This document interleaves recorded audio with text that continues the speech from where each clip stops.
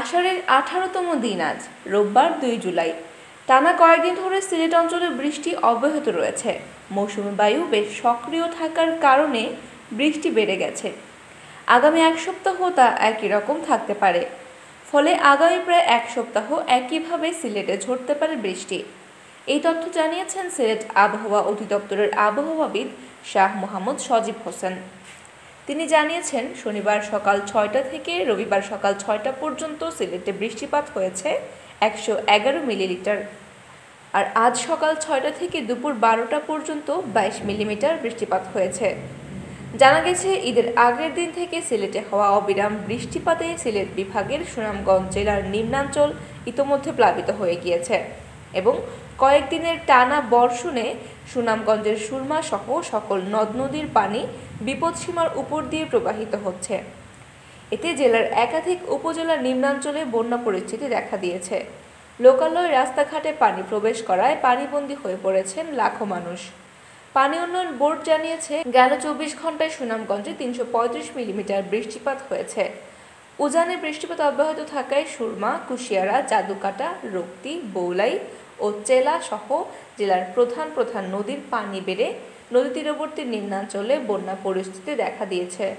পানিবন্দী হয়ে পড়েছেন সুনামগঞ্জ পৌর শহরের বড়পাড়া, পশ্চিম হাজিপাড়া, কাজির পয়েন্ট, সুলতানপুর, নবীনগর এলাকার বাসিন্দারা। এছাড়া পানিবন্দী হয়ে পড়েছেন জেলার ছাতক, দোয়ারা বাজার, তাহিরপুর ও বিশামপুরপুর সহ একাধিক উপজেলার লাখো মানুষ।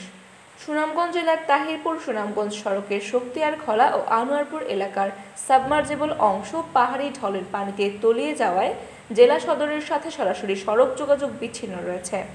এতে ভোগান্তিতে পড়েছে ঈদে বাড়ি থেকে কর্মস্থলে ফেরত মানুষসহ এলাকাবাসী। সুনামগঞ্জ পানি উন্নয়ন বোর্ডের নির্বাহী প্রকৌশলী মামুন হাওলাদার জানিয়েছেন, ভারী বর্ষণ ও পাহাড়ি ঢল অব্যাহত থাকলে জেলার নিম্নাঞ্চলে স্বল্পমেয়াদে বন্যা পরিস্থিতির সৃষ্টি হতে পারে। বন্যা পরিস্থিতি মোকাবেলায় সকল ধরনের প্রস্তুতি গ্রহণ করার কথা জানিয়ে জেলা প্রশাসক দিদার আলম মাকসুদ চৌধুরী বলেন, আশ্রয় কেন্দ্র প্রস্তুত করা হয়েছে। নগদ 25 লাখ টাকা, 600 মেট্রিক টন চাল, 10,000 প্যাকেট শুকনো খাবার মজুদ রাখা হয়েছে। অপরদিকে সিলেটে বন্যার শঙ্কায় আগাম প্রস্তুতি নিয়ে রেখেছে জেলা প্রশাসন। গত 15 জুন এই বিষয়ে জেলা প্রশাসনের বৈঠক অনুষ্ঠিত হয়। বৈঠক শেষে জেলা প্রশাসক মোহাম্মদ মুজিবুর রহমান বলেন, সিলেটে বন্যা হওয়ার সমূহ আশঙ্কা রয়েছে। বন্যা হলে এর ক্ষয়ক্ষতি বিবেচনায় আমরা আগাম প্রস্তুতি নিয়ে রেখেছি। 419 মেট্রিক টন চাল, 2,40,000 টাকা, 466 বান্ডেল ঢেউটিন ও গৃহ সংস্কার বাবদ 13,98,000 টাকা মজুদ রয়েছে। প্রয়োজনে বরাদ্দ বাড়ানো হবে।